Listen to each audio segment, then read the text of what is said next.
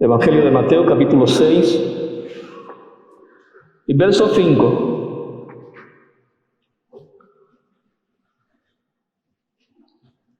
Comenzando a leer en el versículo 5. Y cuando ores, no seas como los hipócritas, porque ellos aman el orar en pie en las sinagogas y en las esquinas de las calles, para ser vistos de los hombres. De cierto os digo que ya tienen su recompensa. Mas tú cuando ores, entra en tu aposento y cerrada la puerta, ora a tu Padre que está en secreto. Y tu Padre que ve en lo secreto te recompensará en público. Y orando no uséis vanas repeticiones como los gentiles, que piensan que por su palabrería serán oídos. No os hagáis, pues, semejantes a ellos, porque vuestro Padre sabe de qué cosas tenéis necesidad antes que vosotros le pidáis. O sea, Jesús hizo hincapié en esto, en que la oración no tiene que ser una oración vacía, hueca, repetitiva. Y que a la vez el tema de orar, cuando oramos por situaciones o por cuestiones personales nuestras, o de familia, o de seres queridos, o alguien que conocemos, ya Dios conoce la situación. Que verdaderamente Dios no necesita que tú le digas, Señor, mira cómo estoy, mira mi adversidad, o mira mi situación económica, o mira mi enfermedad. Dios ya lo sabe. Por eso dice, cuando oréis, dice, no os hagáis pues semejantes a ellos, porque vuestro Padre sabe de qué cosas tenéis necesidad antes que vosotros le pidáis. Y ahora Jesús les muestra de qué manera, de qué forma había que orar. Y dice, vosotros pues oraréis así. Padre nuestro que estás en los cielos, santificado sea tu nombre. Venga tu reino, hágase tu voluntad, como en el cielo, así también en la tierra. El pan nuestro de cada día, dánoslo hoy. Y perdónanos nuestras deudas, como también nosotros perdonamos a nuestros deudores. Y no nos metas en tentación, mas líbranos del mal, porque tuyo es el reino, y el poder, y la gloria, por todos los siglos. Amén. Cuando Jesús le habla a sus discípulos, y parece ser que no es esta la única ocasión que Él les dice cómo se debe de orar. También en el Evangelio de Lucas encontramos esta misma oración. Vamos ahí a Lucas capítulo 11.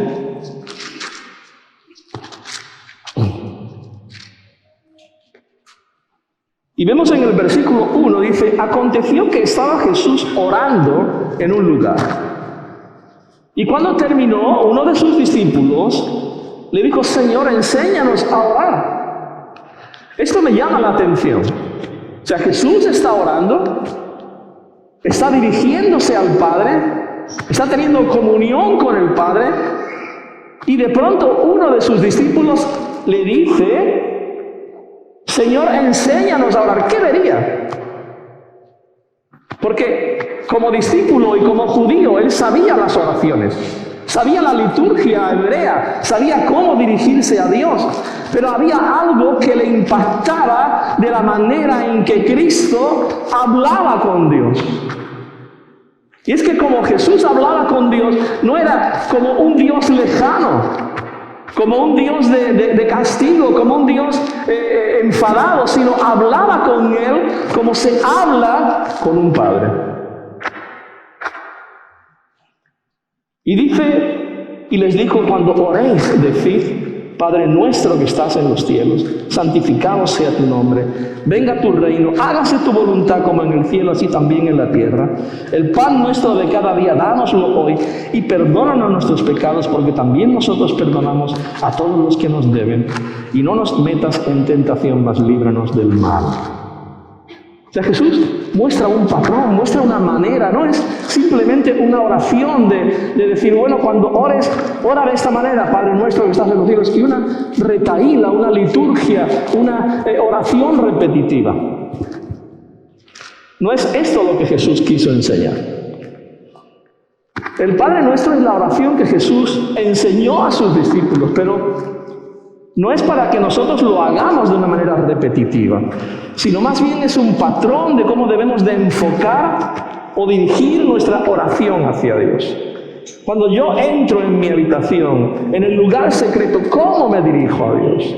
¿Cómo hablo con Él? ¿Cómo expreso lo que siento? ¿Cómo expreso lo que hay en mi corazón? En el Antiguo Testamento, el pueblo de Israel se dirigía a Dios por medio de oraciones, pero en ningún momento le llamaban Padre. Para ellos había una gran distancia entre Dios y el hombre. Y ellos sabían que cuando se dirigían a Dios, se dirigían a Él con tanta reverencia y con tanto temor, que el propio nombre de Dios, ellos no se veían capaces ni dignos de pronunciarlo. Pero Jesús nos habla de una relación más personal, más íntima con Dios. Que aunque Dios es el creador de todo el universo, el Todopoderoso, Jesús nos muestra un camino nuevo en esa relación que podemos tener con Dios. Israel conocía a Dios con sus nombres, Adonai, Elohim, el Shaddai, Jehová Rafa, con muchísimos nombres, Jehová Nisi, pero no conocían a Dios como Padre. Dios era el padre de Abraham, el padre de Israel, de alguna manera, pero ellos no tenían esta afinidad, no se sentían así. No tenían una relación tan cercana como se tiene con un padre, ¿verdad? Y eso es lo que Jesús vino a mostrarnos. Recordemos que una de las cosas que decían los fariseos es que Jesús hablaba de Dios como su Padre. En Juan capítulo 5 y verso 18... dice, por esto los judíos, que dice en el verso 17, dice, Jesús le respondió, mi Padre hasta ahora trabaja y yo trabajo. Por eso los judíos aún más procuraban matarle, porque no solo quebrantaba el día de reposo, sino que también decía que Dios era su propio Padre, haciéndose igual a Dios. Eso no lo podían concebir los fariseos. No lo podían concebir los judíos, el que Jesús hablara con esa familiaridad de Dios, que se dirigiera a Dios con esa intimidad, con esa familiaridad. Y yo creo que eso fue lo que realmente también le impactó a los discípulos y vieron en Él. Cuando oraba, Jesús oraba al Padre, había algo que era diferente a las oraciones litúrgicas que había con los fariseos, los saduceos y los sacerdotes. Y por eso le dicen, enséñanos a orar como tú. Enséñanos a tener esa comunión que tú tienes. Enséñanos a hacer las cosas y dirigirnos a Dios como tú te diriges. Una forma nueva, un camino nuevo. Normalmente cuando nos dirigimos a una persona, lo hacemos por su nombre o por su título si lo tiene. Y Jesús nos enseña a dirigirnos a Dios llamándole Padre. Y esto es sorprendente porque nos estamos dirigiendo ni más ni menos que al Creador de todo el universo, al Todopoderoso, al gran Yo Soy. Nunca hemos de perder de vista también quién es Dios. Pero podemos ir a Él en confianza. Podemos ir a Él sin miedo, sin temor. Podemos ir a Él sabiendo que vamos a ser escuchados. Nos podemos dirigir a Dios como se dirige un niño a su padre. Yo creo que las hijas del rey de España no tienen que pedir audiencia al padre para hablar con él. No tienen que ir a nadie para pedir audiencia. Quisiera hablar con mi padre. No, se dirigen a él como lo que es. Es el rey de España, pero es también el padre de las infantas. Y nosotros tenemos que dirigirnos a Dios como quien es. Él es el gran Yo Soy. Él es el creador del universo. Él es el todopoderoso, pero es mi Padre. Él es el que tiene en su mano la vida y la muerte. Él es el principio y el fin de todas las cosas. El todopoderoso. Y Jesús nos está diciendo que cuando oremos al Todopoderoso, al Creador del cielo y de la tierra, al sustentador de la vida y del universo, nos dirijamos a Él llamándole Padre, o como dicen los hebreos y como el mismo Jesús decía, Abba, papaito, papi. Mis hijas al día de hoy, aunque son mujeres casadas, muchas veces me dicen papi, porque es la manera más cariñosa, exacto, de dirigirse a mí. Hablar con Él con la misma infantil confianza con que lo hace un niño con su padre. Y con la plena seguridad de que somos profundamente amados, aceptados y comprendidos. Cuando nos dirigimos a Dios, no tenemos que ir con miedo, con vergüenza, quizás vergüenza por nuestro pecado, por nuestra naturaleza pecaminosa, pero Cristo nos ha librado, nos ha limpiado de nuestros pecados. Y esta forma de invocar a Dios llamándole Padre, quizás para alguno, por extraño que parezca, es un serio problema. Porque su experiencia con su padre terrenal no ha sido buena. Quizás ha tenido falta de cariño, o han tenido padres maltratadores, o borrachos, o drogadictos, o violentos. Si yo no hubiese sido sanado, porque Dios me sanó mi interior, sanó mis dolencias, mis carencias, no podría dirigirme a Dios como Padre. Pero precisamente porque entendí, hace muchísimos años, siendo un recién convertido, no llevaba ni escasamente ni 2 años, 1 año y algo convertido, Dios tuvo un trato personal con mi vida. Y yo no conocía a mi padre, yo no tuve padre. Mi madre era una mujer soltera, madre soltera. Y tenía heridas internas muy gordas, muy graves, por años. Yo tenía 20 y tantos años y todavía había en mí esas heridas. Pero Dios vino un día en mi oración personal con Él, en Torremolinos, en Málaga, en mi devocional con Él, y Dios quebrantó mi interior, rompió mi interior, y me habló de una forma nítida y clara. Yo pude escuchar la voz de Dios diciéndome, yo soy tu verdadero Padre. Desde ese momento, ¿sabes? Cuando alguien me pregunta qué es Dios para ti, Dios para mí es mucho, es misericordia, Dios es fidelidad, Dios es grandioso, pero la palabra que lo define más para mí es Dios es mi Padre. Pero hay personas que no pueden dirigirse a Dios como Padre, no lo pueden ver como tal, porque la imagen que tiene de un Padre está deteriorada y necesitan tener ese encuentro con el Señor para que Dios sane sus heridas, Dios sane sus dolencias y le haga entender que la imagen de Dios como Padre no se puede deducir de la mala imagen terrenal que tengamos de nuestros padres. Sino todo lo contrario, Dios es la medida, la referencia de toda imagen paternal que debemos tener. La Biblia no nos dice, mira a tus padres terrenales, así debe ser Dios, sino todo lo contrario, mira a Dios. Así deben de ser vosotros, así deben de ser ustedes con sus hijos, así deben de ser los padres. No nos dice, mira a tu Padre terrenal, así es Dios. No, nos dice, mira a Dios. Y dice, vosotros siendo malos, sabéis dar buenas dádivas a vuestros hijos. ¿Cuánto más vuestro Padre celestial os dará lo que le pidáis? Y para saber cómo es Dios como Padre, nos basta con mirar en esa parábola que todos conocemos, que todos sabemos, del hijo pródigo. ¿Recordáis al hijo pródigo, verdad?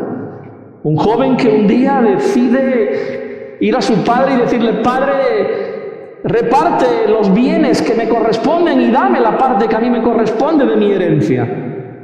Y el padre, en vez de decirle, no, hijo, todavía estoy vivo, ¿por qué voy a repartir la herencia? Espera que muera. Sería lo normal. Él reparte la parte que le corresponde a su hijo y se la da, y este joven se marcha de su casa. Y dice la palabra de Dios que vivió perdidamente, gastó toda su fortuna, gastó todo su dinero, y por último se encuentra viviendo entre los cerdos, comiendo las algarrobas que le echaban a los cerdos. Y aquel joven,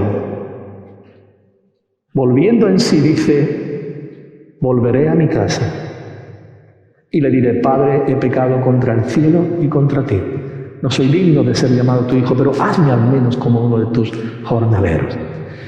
Y lo más grande de esta parábola, de esta realidad, esta historia, que fue algo real, porque ha sido real con tu vida y con la mía, es que el padre dice que estaba, posiblemente el padre, desde el momento en que el hijo marchó, estuvo sentado siempre, todos los días, esperando que el hijo volviera algún día a casa.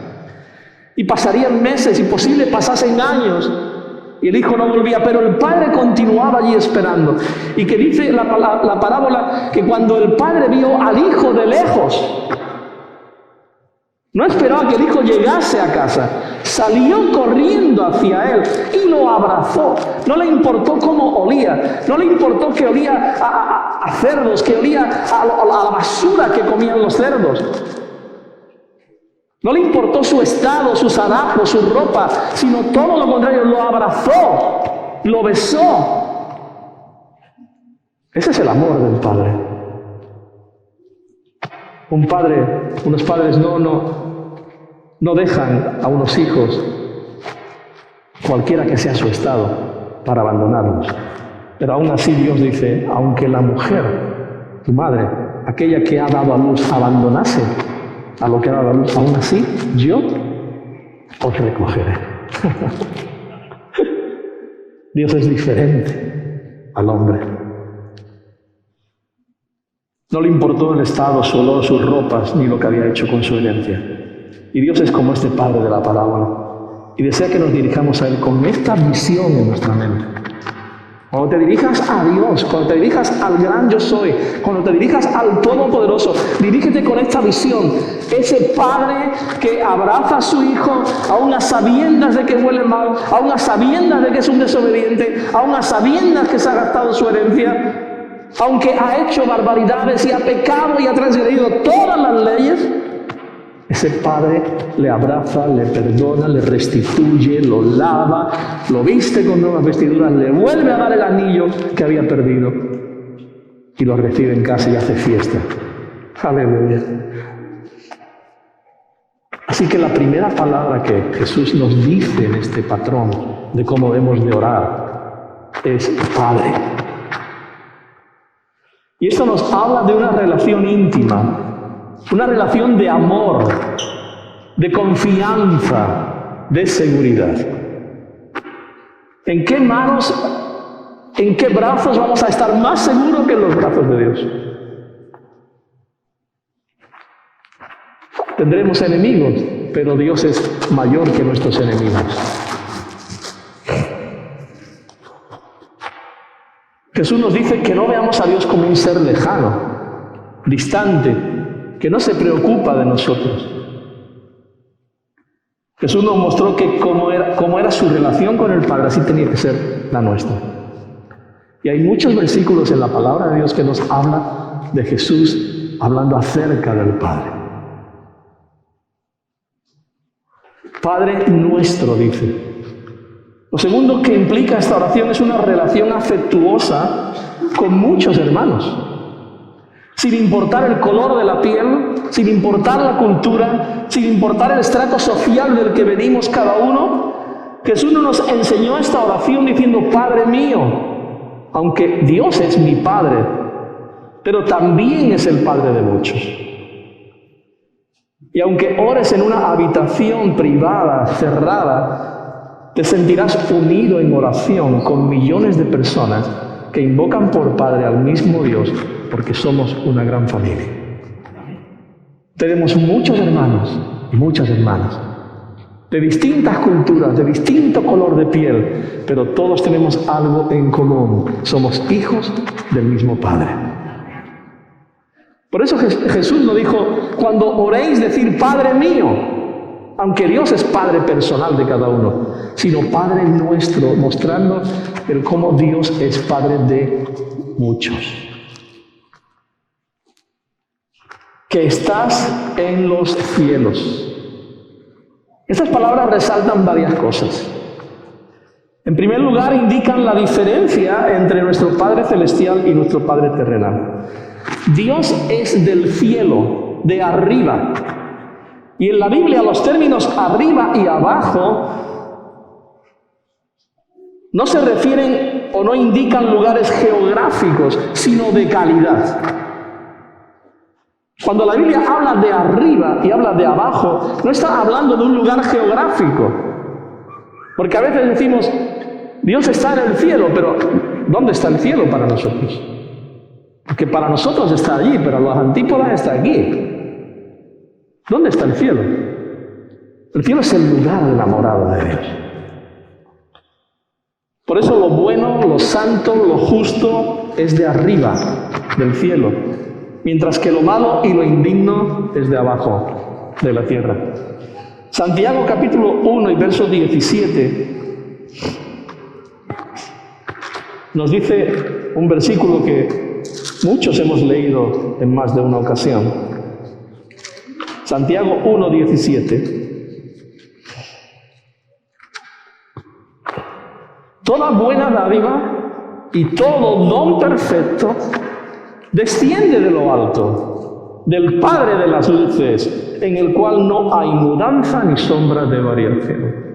O sea, toda buena dádiva, todo buen regalo, todo don perfecto, no desciende de la tierra, no viene de la tierra, desciende de los cielos, viene de la presencia de Dios, viene del lugar de la morada del Padre. Y en el 3, versículo 15 también, en Santiago, dice, porque esta sabiduría no es la que desciende de lo alto, sino terrenal, animal y diabólica. Y el verso 17 dice, pero la sabiduría que es de lo alto es primeramente pura, después pacífica, amable, benigna, llena de misericordia y de buenos frutos, sin incertidumbre ni hipocresía. Nos habla de calidad. No es cuestión de un lugar geográfico. No es que Dios está en los cielos, nosotros estamos en la tierra, o en qué lugar de los cielos está Dios. Está hablando de calidad. Lo que viene de arriba, lo que viene de lo alto, lo que viene de Dios, tiene calidad. Es bueno, es agradable, es perfecto. Pero lo que viene de la tierra es malo, es indigno. Así que en primer lugar indica la diferencia entre nuestro Padre celestial y nuestro Padre terrenal. En segundo lugar nos recuerda el poder de Dios, de nuestro Padre celestial, que hizo los cielos y la tierra. Por lo que el que invoca a Dios por Padre no está invocando a un Dios débil, sino al Dios todopoderoso. No estamos como aquellos de Baal, ¿verdad? Que se sajaban y se golpeaban y decían, Baal, responde, Baal, responde. Y Elías se reía de ellos en plan irónico y le decía, gritar más alto, que igual está dormido. O ha ido a hacer alguna cosa, y cuando dice ha ido a hacer alguna cosa quiere decir ha ido al baño. ¿Sabes? Entonces, nuestro Dios no es un Dios débil con minúscula, sino es un Dios todopoderoso con mayúscula. Es un Dios cuyo poder y sabiduría anuncia el propio firmamento. Y si las estrellas emiten, ¿verdad?, sonidos a unas a las otras. La gloria de Dios la podemos ver en el firmamento, la podemos ver en el universo. Este Dios es el que te sostiene y te ayuda. El Dios que sostiene el universo en sus manos. El Dios que detiene el mar. El Dios que ha creado lo visible e invisible. Ese Dios es el que te sostiene en sus manos y te ayuda. Así que cuando te dirijas a Él, y te dirijas como Padre, piensa también que aunque es tu Padre, es el Todopoderoso, el gran yo soy, el que nadie le puede toser, el que nadie puede hacer nada que Él no desee y no quiera que haga. Y en tercer lugar nos recuerda que nuestro destino final está en los cielos, hermano. El cielo es nuestra meta, es donde pasaremos la eternidad. Aquí estamos un tiempo, pero la eternidad la pasaremos en los cielos con Dios. Jesús dijo, ¿verdad? He aquí me voy para preparar morada, y cuando la haya preparado volveré y os tomaré para que donde yo esté, vosotros también estéis conmigo. Y cuando vamos al Apocalipsis vemos cómo las multitudes están con Él allí, con Dios, y vestidos de ropas blancas. ¿Quiénes son estos? Estos son los que han lavado sus vidas con la sangre, con su sangre, con su testimonio. Amén. Nuestra eternidad será con Dios, será en los cielos, en su morada. Y por eso Pablo en este sentido nos dice en Colosenses capítulo 3 y versículo 1, más buscar las cosas de arriba donde está Cristo sentado a la diestra de Dios. Poner la mira en las cosas de arriba, no en las de la tierra. Así que tenemos que integrar el cielo en nuestra vida terrenal. Y con esta visión vamos a recibir fuerzas para vivir en la tierra. Mira bien, esto es importante. Integrar el cielo en nuestra vida terrenal. Y con esta visión recibiremos las fuerzas para vivir en la tierra con los valores del cielo. Vivir en la tierra con los valores del cielo. Como a Dios le agrada. Sed santos como yo soy santo. Sed santos como vuestro Padre Celestial es santo. El Dios al que los cielos de los cielos no pueden contener. Y que a la vez es el Padre que se ocupa de las pequeñas cosas de sus débiles hijos. Es increíble. El Dios al cual los cielos de los cielos no pueden contenerlo, pero a la vez se ocupa de las pequeñas cositas de sus débiles hijos. Mira, mi hijo necesita mi ayuda. Dios no necesita que tú le digas, Señor, ayúdame. Él te va a ayudar sin que tú le digas nada. El Padre está atento a lo que ocurre en nuestras vidas. Amén. Padre nuestro, que estás en los cielos, santificado sea tu nombre. Dios no es un ente anónimo, una dimensión innombrable, un misterio inaccesible o una idea abstracta. Ni siquiera es el Dios desconocido de los atenienses al cual daban culto por si acaso. Pablo, cuando llegó a Atenas, encontró un altar dirigido al Dios no conocido. Dice, por si las moscas hay un Dios que no conocemos, vamos a hacerle un altar. Tenían altares para todos los dioses. Y por si acaso se les había quedado alguno en el tintero, dijeron, y al no conocido también. Y Pablo dice, a este que vosotros no conocéis, es al que yo vengo a predicaros. Dios no es un ser anónimo. Dios tiene un nombre, hermano. De manera que Dios no es un concepto, es una persona al que podemos dirigirnos y hablar. Es un Dios personal con nombre propio. No vive en el anonimato ni se esconde como lo hace el maligno, el Dios de este siglo que trae la desgracia al hombre y nunca da la cara. Dios es luz y verdad, y por eso no temes ponerse a la luz del día, porque en Él no hay nada malo. Todo en Él es verdad, es puro. Y vamos a ir concluyendo esta parte del Padre Nuestro. Dejaremos otra parte para otro domingo. La oración del Padre Nuestro está dividida en 3 partes. La primera tiene que ver con Dios. Si te das cuenta, la primera parte del Padre Nuestro tiene que ver con Dios. Tu nombre, tu reino, tu voluntad. Tiene que ver con Dios. Y eso nos habla también de que cuando nosotros oramos, hermano, no vayamos y pongamos primero lo nuestro, sino pongamos primero a Dios.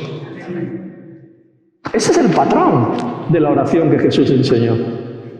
Jesús no llegaba al Padre y le decía: Padre, mira cómo estoy, mira la situación que estoy viviendo, mira a estos que me quieren matar, mira lo que está ocurriendo, sino que Jesús lo que hacía primero era glorificar al Padre, exaltar su nombre, bendecir su nombre. Por eso, lo primero que nos muestra el Padre nuestro es tu nombre, tu reino, tu voluntad, no mi nombre, no mi reino, no mi voluntad.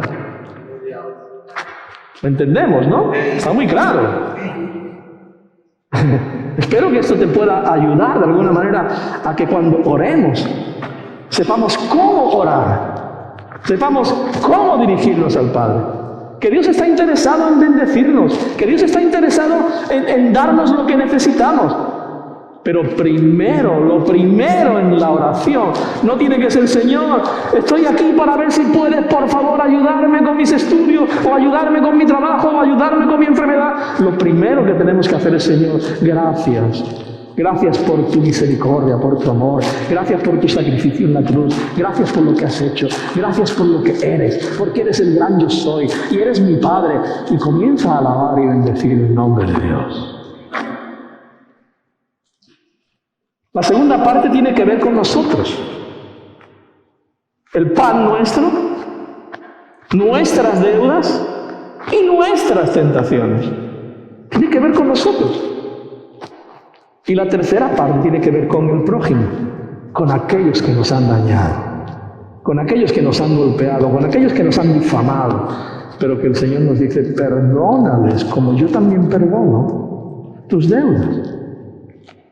Y recuerda aquella parábola en la que aquel hombre fue al rey, ¿verdad? Y le dijo que no podía pagarle. ¿Recuerdas? No podía pagarle y le debía muchísimo. ¿Y qué hizo el rey? Le perdonó la deuda. Pero cuando salió se encontró con uno que trabajaba para él, que era su siervo, y le debía nada, ínfimo. Y sin embargo lo tomó y lo echó en la cárcel. Cuando el rey se enteró, le dijo: siervo malo y negligente, ¿por qué hiciste esto? Pues tenemos que ver la oración del Padre Nuestro en estas tres formas. Primero, Dios, tu nombre, tu reino, tu voluntad. Segundo, nuestra necesidad, nuestras deudas con otras personas, nuestras tentaciones, nuestra vida y con el prójimo. Así que las primeras peticiones tienen que ver con las cosas de Dios y las siguientes tienen que ver con nuestras necesidades terrenales y con la relación personal con otros. Y esto nos habla de cómo deben ser nuestras prioridades, algo que tenemos totalmente equivocados. Siempre que oramos nos ponemos a nosotros primero y luego a Dios. No sé si es que nada más que me pasa a mí, pero estáis todos calladitos, supongo que os pasa a eso. Y voy a terminar leyendo un párrafo de un libro de un pastor, amigo, Félix González. Resulta preocupante que la oración que practican muchos cristianos sea exclusivamente la de petición o intercesión, ya sea por sus propios asuntos o por los de alguna persona de su estima. Incluso en los cultos de oración de nuestras iglesias suele ocupar más tiempo y espacio las peticiones e intercesiones que la adoración, la alabanza y las acciones de gracia. Eso es lo que dice Félix y lleva razón.